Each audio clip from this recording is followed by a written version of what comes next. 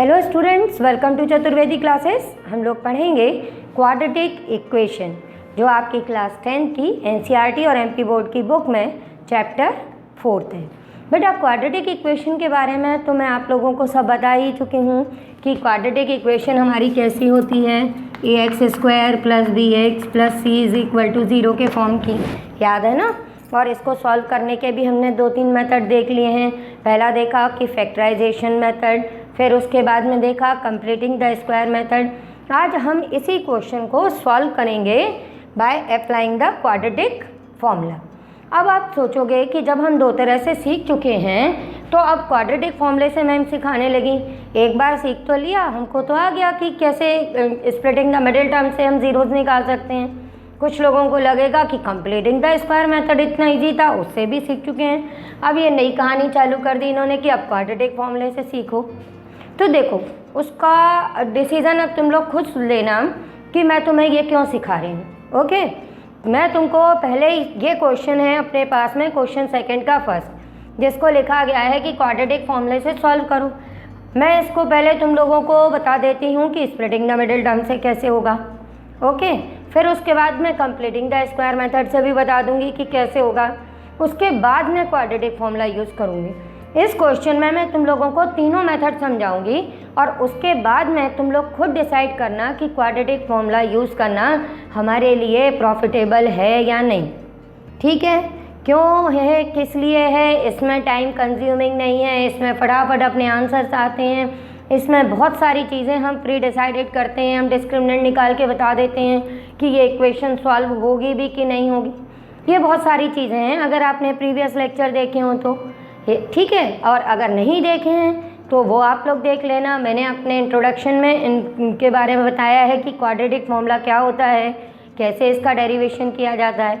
Okay, चलो अब फटाफट एक क्वेश्चन है। वैसे तो ये हमारा क्वाड्रेटिक फॉर्मूले से सॉल्व करने का है, पर आज तुम लोगों के लिए मैं तीनों तरह से करके बता रही हूँ और अब तुम लोग डिसाइड करना कि अब मैम क्वाड्रेटिक फॉर्मूला क्यों पढ़ाने लगी। अभी तक तो उन्होंने हमको 2 मेथड सिखा दिए थे, अब एक और की क्या ज़रूरत है। ठीक है, तो ज़रूरत का डिसीजन अब तुम लोग खुद लेना कि क्यों है। अब जैसे कि ये अपना क्वेश्चन है और हम इसको स्प्लिटिंग द मिडिल टर्म से करते थे, तो उसके लिए सबसे पहले करते थे x² और कांस्टेंट टर्म, इनके हम पहले मल्टीप्लाई करते थे। जो आंसर आता था उसके ऐसे फैक्टर्स देखते थे जिनसे कि हमारे पास में मिडिल टर्म आए। मीन्स इस 6 के वो फैक्टर्स ढूंढो जिनसे कि 7 मिले, और उसके बाद में भी ये भी डिसाइड करो कि अगर ये कांस्टेंट टर्म पॉजिटिव है तो उनको ऐड करके 7 मिले। तो हमने बहुत सारी मुश्किलों के बाद में ये देखा कि 6 × 6 भी होता है। तब हमको याद आया कि अरे ये जो 7 है इसके फैक्टर्स करो, 6x + x + 3 = 0। फिर उसके बाद में इसको भी सॉल्व करो। फिर उसके बाद में इसमें कॉमन लो। देखते चलो, स्प्लिटिंग द मिडिल टर्म हम लोग ने कितनी मेहनत से सीखा है, पर उसको करने के लिए हमको कितनी चीज़ें याद रखनी पड़ी। ठीक है, पहली चीज़ ये है कि इनका प्रोडक्ट निकालना याद रखना पड़ता है कि x² और कांस्टेंट का प्रोडक्ट क्या है। फिर ये देखना पड़ता है कि उस प्रोडक्ट के फैक्टर्स क्या हैं। फिर फैक्टर्स निकालने के बाद ये याद रखना पड़ता है कि कांस्टेंट टर्म पॉजिटिव है या नेगेटिव है। तब हम उसको डिसाइड करते हैं कि हमारी मिडिल टर्म को किस तरह से मिलेगी, ऐड करके या सब्ट्रैक्ट करके। फिर वो मिल जाएगी। उसके बाद में भी हम ब्रैकेट ओपन करें तो ये वाला माइनस प्लस माइनस लिखना याद रखें। फिर उसके बाद में कॉमन लेना याद रखें कि कॉमन सही लिया है या नहीं। कॉमन लेने के बाद में भी देखें कि ये जो टर्म मिल रही है वो सेम है कि नहीं, कहीं ये गलत तो नहीं है, नहीं तो अपना स्टार्टिंग से अभी तक का गलत हो जाएगा। जब यहाँ तक हम सब बहुत सारे स्टेप सही सही करते आएंगे, फिर ये कॉमन लेंगे x - 3 और ये हमारा 2x - 1 = 0।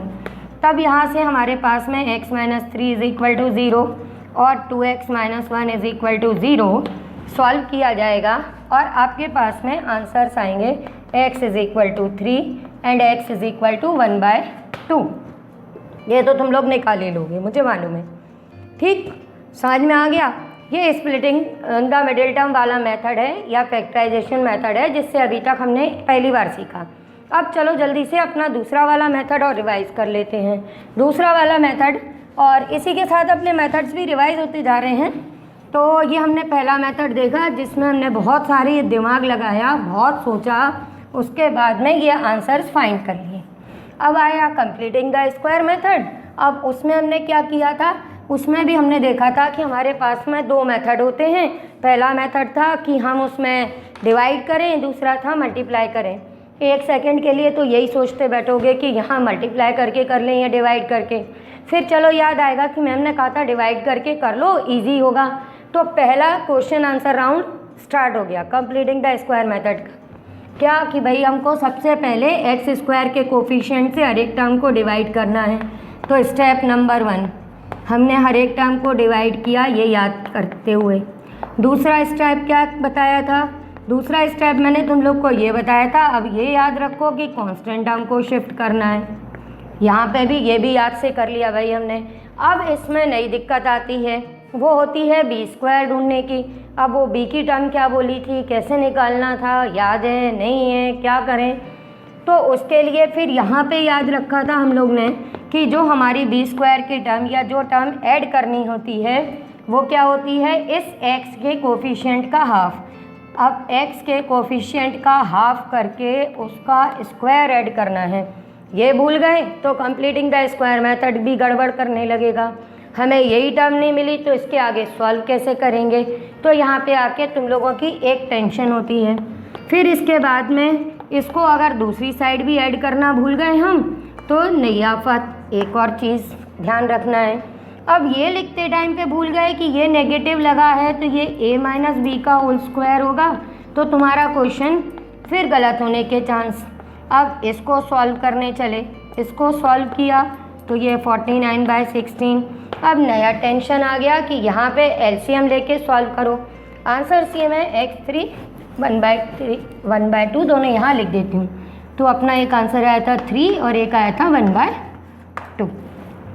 ठीक है, अब तुम लोगों ने इतना किया, करने के बाद में ये किया कि x माइनस 7/4 का होल स्क्वायर, इसको सॉल्व किया तो ये अपने पास में आया 25/16। चलो यहाँ तो इजी नंबर है 25 और 16, तो दोनों अपने को मालूम है कि ये हमारे 5 और 4 के स्क्वायर हैं, तो तुमने जल्दी से लिख दिया। मान लो कोई बड़ा नंबर आ गया तो फिर टेंशन। अब इसके बाद में स्क्वायर रूट लेके तुमको यहाँ पे पॉजिटिव नेगेटिव 5/4 लिखना पड़ेगा, फिर टेकिंग पॉजिटिव साइन, फिर टेकिंग नेगेटिव साइन, फिर दोनों आंसर्स निकालोगे और फिर आंसर आएगा 3 और 1/2। ठीक, देख लिया ये मेथड भी, ये हम लोग पहले भी सॉल्व कर चुके हैं, इसलिए बाद के आंसर्स मैं नहीं निकाल रही, तुम लोग निकाल ही लोगे। तो ये वाला मेथड भी कर लिया। अब ये दो मेथड तुमको सिखा चुकी हूँ ना। अब सोचना कि क्वाड्रेटिक वाला फॉर्मूला हम लोग क्यों यूज़ कर रहे हैं, किस लिए कर रहे हैं, और ये श्रीधराचार्य जी ने फाइंड किया था तो इसका क्या यूज़ है। आज पहले तुम ही लोगों के वजह से मैंने ये सारे क्वेश्चंस कर दिए फर्स्ट पार्ट में, नहीं तुम लोग सोचो कि मैम 2 मेथड सिखा चुकी हैं, एक और सिखाने लगी, हमको नहीं सीखना, इसकी ज़रूरत क्या है। तो अभी 2 मेथड हमने सीखे हैं जो बहुत ज़्यादा लेंदी हैं, जहाँ पे बहुत ज़्यादा अपने को सोचना पड़ता है, और कभी कभी एग्ज़ाम के टाइम पे अपने पास में पता नहीं क्यों एग्जामिनेशन एटमॉस्फेयर ऐसा होता है कि आते हुए क्वेश्चंस भी गलत हो सकते हैं, तो वहाँ पे हम थोड़ा सा टेंशन में भी आ जाते हैं। पर अगर हमको क्वाड्रेटिक फॉर्मूला मालूम है तो देखो ये कितना आसान है। इसमें केवल इतना करना है तुमको कि पहले करना है कि कंपेयरिंग विथ, अब क्वाड्रेटिक इक्वेशन तो सबको याद ही है, ax² + bx + c = 0। ठीक है, अपने पास में a b c फाइंड कर लेने हैं। a मीन्स x का कोफिशिएंट, b मीन्स x का कोफिशिएंट, ये x² का, ये x का, और c अपनी कांस्टेंट टर्म। ये काम तो आसान है ना बच्चों, ये तो कर ही लोगे तुम लोग। अब अगला काम करो, क्या, क्वाड्रेटिक फॉर्मूला। अब क्वाड्रेटिक फॉर्मूले को जब भी यूज़ करना है, ठीक है, डायरेक्ट ऐसा नहीं कि अभी तो खैर मैंने अभी दोनों ये वाली इक्वेशन सॉल्व की, अपने पास में हर मेथड से सॉल्यूशन मिल गया। कई बार ऐसा होगा पूरी मेहनत करने के बाद में ये आ जाएगा कि इसके तो सॉल्यूशंस एग्जिस्ट ही नहीं करते, पर क्वाड्रेटिक फॉर्मूले से हम पहले ही पता कर लेते हैं, मेहनत करने की ज़रूरत ही नहीं है कि भाई ये सॉल्व हो रही कि नहीं हो रही, क्योंकि क्वेश्चन में लिखा भी रहता है ना इफ़ दे एग्जिस्ट, तो हम पहले ही चेक कर लेंगे कि एग्जिस्ट कर रहे हैं कि नहीं कर रहे हैं। कर रहे हैं तो हम आगे करेंगे, नहीं कर रहे तो छोड़ देंगे। ठीक है ना, तो सबसे पहले एग्जिस्ट करेंगे कि नहीं करेंगे, इसके लिए हम अपना डिस्क्रिमिनेंट फाइंड करेंगे। ठीक है। डिस्क्रिमिनेंट क्या होता है बेटा, याद है, बी स्क्वायर माइनस 4ac। एक दो बार और लिखना तो और याद हो जाएगा। अब बी स्क्वायर, बी की वैल्यू लिखी हमने जल्दी से, 7 स्क्वायर माइनस 4ac, और ये हमने सॉल्व किया, 49 माइनस ये कितना आ गया 24, और ये आ गया 25।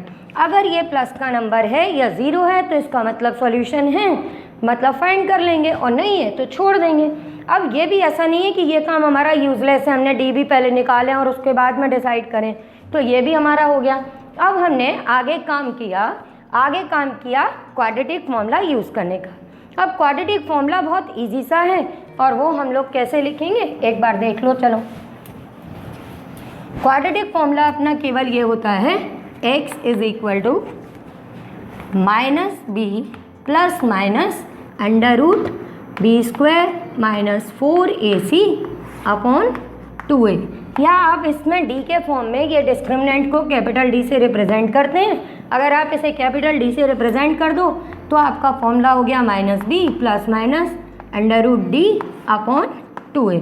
बस इतनी सी चीज़ याद रखनी है। याद रखी, वैल्यू डाली, लो सॉल्यूशंस आने लगेंगे। b की वैल्यू थी हमारी -7, तो ये हो गया -7 plus minus under root D आप फाइंड कर चुके हो 25, दोबारा निकालने की ज़रूरत नहीं है। a की वैल्यू लिख दी 2, और ये आ गया अपने पास में 7 प्लस माइनस 5 अपॉन 4। अब देखो सॉल्यूशन निकालना आसान दिख रहा है डायरेक्ट, कि x की वैल्यू हम लोग फाइंड कर चुके हैं। एक बार पॉजिटिव साइन लो, एक बार नेगेटिव साइन लो, और आंसर आ गया। कहीं सोचना पड़ा कि किसके फैक्टर हैं, कहाँ से आए, किससे डिवाइड करें, किससे करना है, कुछ नहीं, एक बार बस टेकिंग पॉजिटिव साइन,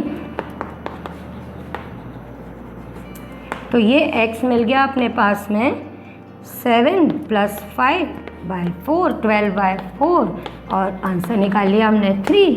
और दोबारा जब हमने किया टेकिंग नेगेटिव साइन,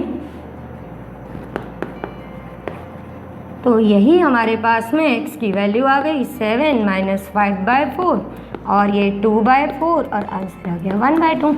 देखो खुद डिसाइड कर लो किससे आंसर निकालना आसान था, इस मेथड से या पहले जो सीखे थे उनसे। डिसीजन तुम्हारा है, ठीक है। अभी भी अगर तुमको कोई डाउट है तो तुम मुझे व्हाट्सएप करो, वीडियो के एंड में मेरे नंबर्स हैं, मैं तुम्हारे डाउट क्लियर कर दूँगी, ठीक है बच्चों।